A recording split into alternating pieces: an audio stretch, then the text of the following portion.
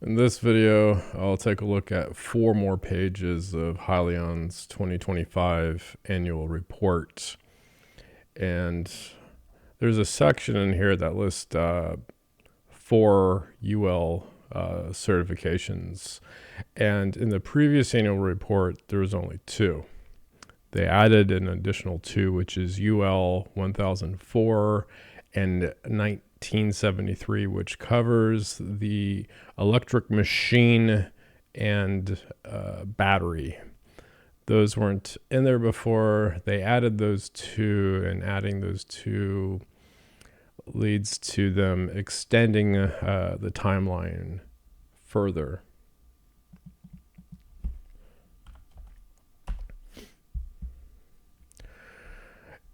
In the data center opportunity, there is a statement that reads, HYLN's multi-kilowatt Carno system is being designed to address the needs of data center developers. In the prior year's annual report, this was HYLN's, instead of multi-megawatt Carno system, it was HYLN's 2 megawatt Carno system. So they've adjusted the 2 megawatt to multi-megawatt system. And listening to this Q&A video off of YouTube, let's listen to what they say. In 2025, we spent significant time developing our multi-Carno power module configuration for shipboard use. Through that effort, we identified substantial overlap between the Navy architecture and what is required for higher power commercial deployments. As a result, we have leveraged that design foundation to advance a modular, scalable configuration suitable for data center applications. Our initial concept was a 2 megawatt system comprised of 10 200 kilowatt Carno cores integrated into a compact footprint roughly the size of a 20-foot shipping container. So initially the scale factor was a scale of 10, because you take the 200 kilowatts, multiply it by 10, it gives you the full 2 megawatts. And that's for this Navy use case. Recent customer discussions have led us to evolve the configuration into a more flexible architecture. The system is designed to scale in approximately 800 kilowatt increments, allowing configurations such as 800 kilowatts, 1.6 megawatts, 2.4 megawatts, 3.2 megawatts, and so on. So it goes all the way up to 3.2 megawatts. So the scaling factor has changed from a scaling factor of 10 to the 800, which is a scaling factor of 4. That's the 200 kilowatts times 4 gives you 800, all the way up to a scaling factor of 16.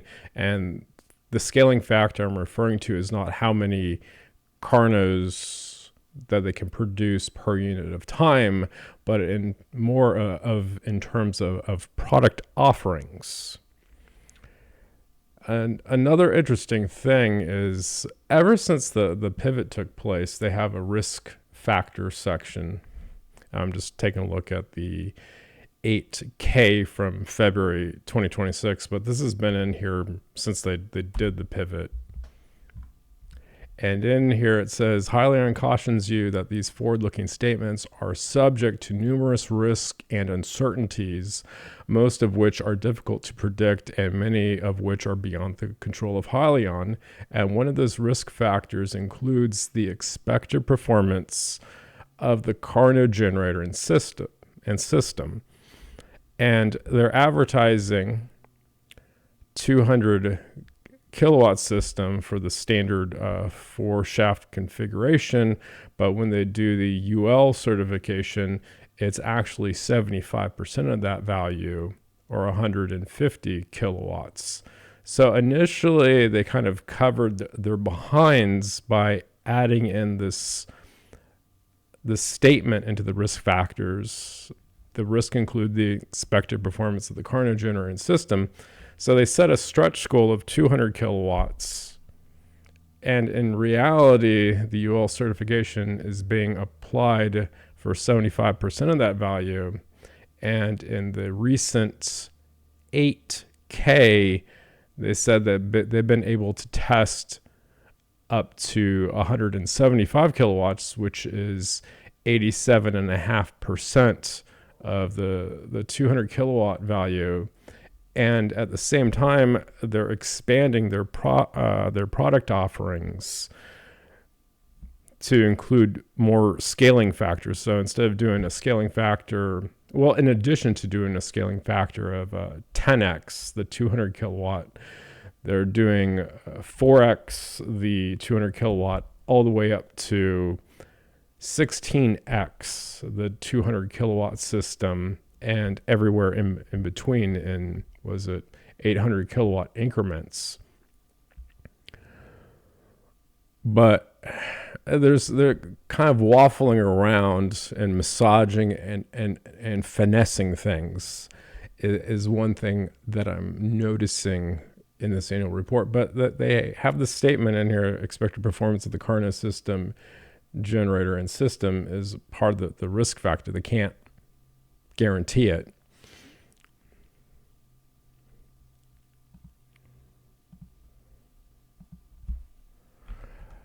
Now, another thing that has changed in the annual report is, as of the end of the year 2025, the amount of cash that they have decreases each year. And they're still able to say that the company has sufficient funds to continue to execute its business strategy for the next 12 months.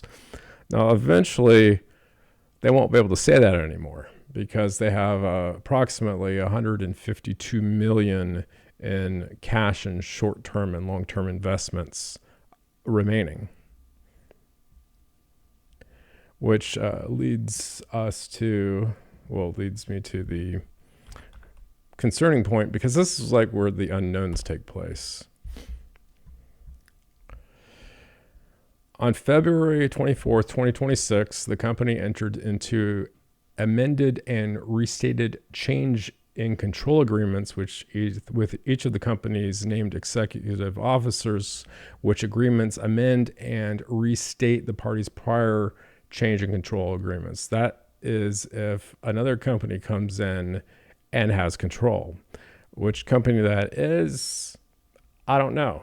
How that would impact things, I don't know. That's very uncertain, but this happened on February 24th, 2026. And one thing I noticed in the middle of February of this year is that Thomas Healy, he changed all of his social media profiles from real Thomas Healy to Thomas Healy CEO. Because I'm sure if they do a change in control agreements, he may or may not be the CEO anymore, or he may be the CEO for a certain period of time while they do some change in control thing. But they want to, first, they want to make sure that the performance-based awards outstanding as of the end of the year 2025, for which vesting is based on the achievement of one or more company's stock price targets, will be paid at the time of the change in control to the extent of the price per share for the change in control transaction meets or exceeds the common stock price targets applicable for such performance-based awards, with unachieved portions forfeited. And the only one that they've been awarded so far is with the stock price being between $2 to $3 per share. So if they, I don't like reading that at all, because I don't know if that happens. That's a big if. What the price would be for the change in control, but they really want to make sure that they get their PSU award payout for that PSU award. And the reason why that happened is because HYLN bought back shares to increase the stock price to cure a deficiency being listed on the New York Stock Exchange, because they bumped the price although I think it definitely went above 2, and it spiked. I think it peaked around like $3.50, $3.75 a share. And that's when like the chairman of the board bought shares. He bought like a lot of them. And I thought that was like the green light. And then it got hammered back down. Why? Because HYLN's a research and development company at this point.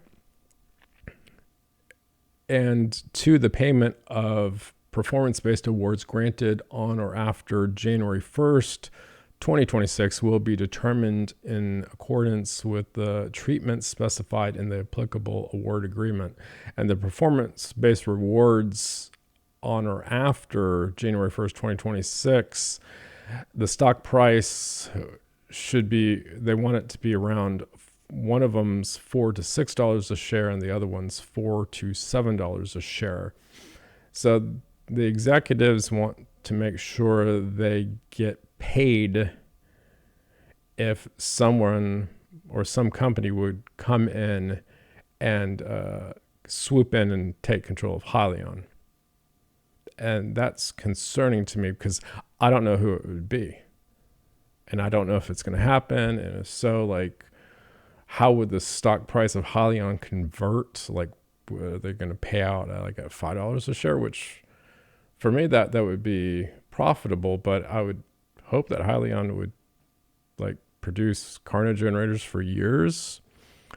But I don't know if that's going to happen. That's part of the risk and uncertainty with dealing with the stock. And that's it for this video. Thanks for watching.